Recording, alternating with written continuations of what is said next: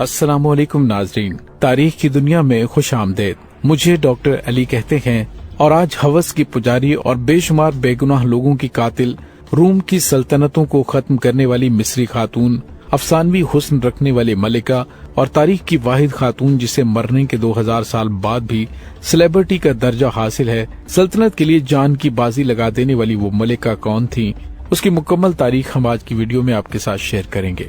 Video की तफसील में जाने से पहले हमारे चैनल को सब्सक्राइब कर लीजिए और बेल आइकन को जरूर दबा दीजिएगा ताकि हमारी आने वाली वीडियोस सबसे पहले आप तक पहुंच सकें। नाज़रीन, आज भी जब किसी के हुस्न की तारीफ करते हैं तो क्लोपत्रा का नाम जहन में आता है। पिछले 2000 साल से उसके लाजवाल हुस्न पर अनगिनत पेंटिंग्स, म्यूरल और मुजस्समे तैयार किए जा चुके हैं।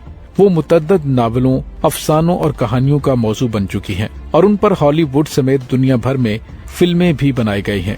मिस्र की सहर अंगेज तारीख क्लोपत्रा के जिक्र के बगैर नामुकम्मल है। क्लोपत्रा को हुस्न की देवी, बेवफाई की अलामत और जहरीली नागन जैसे अलकाबात दिए जाते रहे हैं।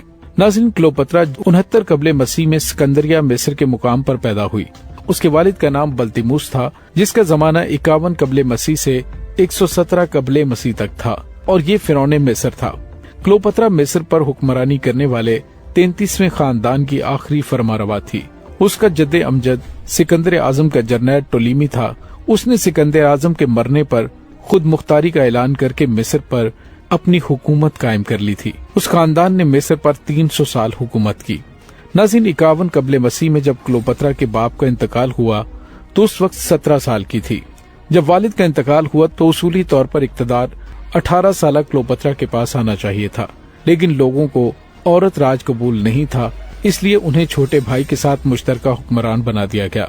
मिस्र के रसूम और रिवाज के मुताबिक खानदान की बड़ी लड़की तख्त की वारिस बन सकती थी, लेकिन रिवाज के मुताबिक अपने छोटे भाई से शादी करना पड़ती। चुनांचे क्लोपत्रा को अपने 12 साल भाई टोलेमी से शादी करना पड़ी और दोनों मिलकर मिस्र पर तख्त नशीन हुए। क्लोपत्रा को भाई की फौजों से जान बचाकर मिस्र से भागकर रोम जाना और रोमन बादशाह जूलियस सीजर से मदद हासिल करना पड़ गया। क्लोपत्रा को किसी तरह मालूम हो गया कि जूलियस सीजर हुस्न का दिलदादा है। क्लोपत्रा खुद इंतहाई हसीन थी। उसने एक जुआ खेलने का फैसला किया। उस जुए में अगर क्लोपत्रा हार जाती तो उसे अपनी जान से हाथ धोना पड़ते। अगर वो उस जुए में जीत जाती तो मिस्र का तख्तो ताज उसका होता। उसने एक तरकीब निकाली।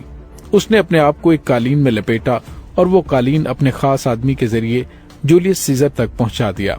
ऐसा भी मुमकिन था कि जूलियस सीजर उसको पकड़कर उसके भाई के सुपुर्द कर देता और वो उसको कत्ल कर देता, लेकिन क्लोपत्रा को अपने हुस्न और जूलियस सीजर की हुस्न परस्ती पर इतना एतमाद था कि उसने अपना ये आखिरी पत्ता खेलने का फैसला कर लिया। जूलियस सीजर के सामने कालीन खोला गया तो उसमें क्लोपत्रा बरामद हुई।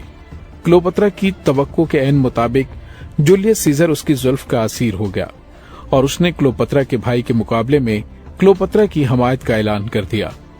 सीजर मिस्री मलिका की फरियाद से कम और अदाओं का असीर ज्यादा हुआ और उसने मिस्र पर चढ़ाई की और मुश्किल ही से सही लेकिन क्लोपत्रा को दोबारा तख्त पर बिठा दिया, जहां वो तवील अरसे तक विराजमान रही। तख्तो ताज संभाल कर खुदाई के दावेदार फिरौनों की रवायत के मुताबिक खुद को देवी कहलवाना उसने शुरू कर दिया। जूलियस सीजर मिस्र में अपने हरीफ पोम्पाई के पीछे आया हुआ था। उसे खत्म करके अब वो रोम का ताकतवर तरीन शख्स बन चुका था। उसे फौरी तौर पर रोम पहुंचकर वहां के मामलात संभालने चाहिए थे, लेकिन उसने अपने आप को क्लोपत्रा की चाहत में गुम कर दिया। क्लोपत्रा ने मौका पाकर अपने भाई को भी ठिकाने लगवा दिया और अब उसके रास्ते में कोई दीवार न थी। मिस्र की मलिका बनने के बाद रवाज के मुताबिक इस मर्तबा क्लोपत्रा के अपने 11 साल भाई टोलेमी चहार दहम के साथ शादी करना पड़ी। हुकूमती मामलात को सीधा करने के बाद वो जूलियस सीजर के पास रोम पहुंची और उसके दिल की रानी बन गई। जूलियस सीजर से क्लोपत्रा के यहाँ एक बेटा पैदा हुआ जो आगे चलकर टोलेमी 5 दहम बना। अमली तौर पर मिस्र सल्तनत रोम का एक सूबा बनकर रह गया। क्लोपत्रा रोम की मलिका बनने के ख्वाब देखने लगी, लेकिन पोम्पाई के हामियों ने फिर सर उठा लिया और सीजर को कत्ल कर दिया। अब क्लोपत्रा ने अपने बेटे सिजराइन को तख्त पर बिठाने का ख्वाब देखा। उसने सीजर के नायब इंथोनी को अपने दामे फरेब में गिरफ्तार किया। इंथोनी ने उसे सिकंदरिया लौट जाने और मुनासिब वक्त का इंतजार करने को कहा। रोम में ऑक्टेवियन ने गलबा पा लिया था तो एंटोनी भी सिकंदरिया आ गया। اس کے تعلقات بھی سیزر کی طرح کلوپترا سے آگے بڑھے۔ ملکہ حاملہ ہو گئی تھی۔ انتھونی واپس روم چلا گیا۔ چند ماہ بعد کلوپترا کے ہاں جڑواں بیٹے پیدا ہوئے۔ انتھونی مصر اور شام میں ناکامی کے بعد مصر واپس آ گیا۔ آکٹوین نے انتھونی کا خطرہ ہمیشہ کے لیے ختم کرنے کے لیے مصر پر یلغار کر دی۔ کلوپترا اس جنگ میں مارک انتھونی کے شانہ بشانہ رہی۔ 31 قبل مسیح میں جب مارک انتھونی کی شکست صاف نظر آنے لگی تو کلوپترا نے اپنی ایک خادمہ کے ذریعے انتھونی تک یہ افواہ پھیلائی کہ کلوپترا نے اس کی شکست سے دل برداشتہ ہو کر خودکشی کر لی ہے۔ عشق میں مبتلا انتھونی نے اس افواہ کو حقیقت سمجھا اور تلوار سے اپنا سینہ چاک کر کے خودکشی کر لی، اور پھر انتھونی کی خودکشی کی خبر سننے پر پچھتاوے کی آگ میں جلتی ہوئی کلوپترا نے بھی خود کو زہریلے مصری کوبرا سانپ سے ڈسوا کر اپنی زندگی کا خاتمہ کر لیا اور تاریخ میں بے وفائی کی علامت بن کر رہ گئی۔ ناظرین، یہ 30 قبل مسیح کا واقعہ ہے۔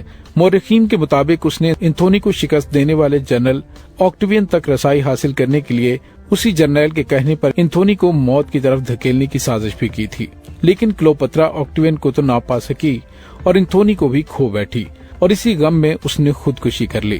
ناظرین، کلوپترا تاریخ میں عجیب و غریب اور سحر انگیز شخصیت کی مالکہ اور ہوس کی پجاری کے طور پر جانی جاتی ہے، جو مختلف مردوں کے پیچھے گھومتی نظر آتی ہے، لیکن اس کو اقتدار کی پجارن کہنا زیادہ مناسب ہوگا، کیونکہ اس نے جتنے بھی مردوں سے تعلقات بنانے کی کوشش کی وہ تمام صاحب اقتدار لوگ تھے، کوئی عام لوگ نہیں تھے۔ اس کی سازشوں سے بہت سی سلطنتیں زوال پذیر ہوئیں اور بہت سے بے گناہ لوگ مارے گئے۔ اس لیے یہ موقف زیادہ درست معلوم ہوتا ہے کہ کلوپترا نے جو کچھ بھی کیا وہ اپنی حکومت کی توسیع کے لیے کیا، اور یہی خواہش آخرکار اس کی زندگی کے اختتام کا باعث بنی۔ ناظرین، امید ہے آپ کو ہماری آج کی ویڈیو پسند آئی ہوگی۔ کمنٹ سیکشن میں اپنے خیالات کا اظہار ضرور کیجیے گا۔ اس کے ساتھ ہی ڈاکٹر علی کو اجازت دیجیے۔ اللہ وارث۔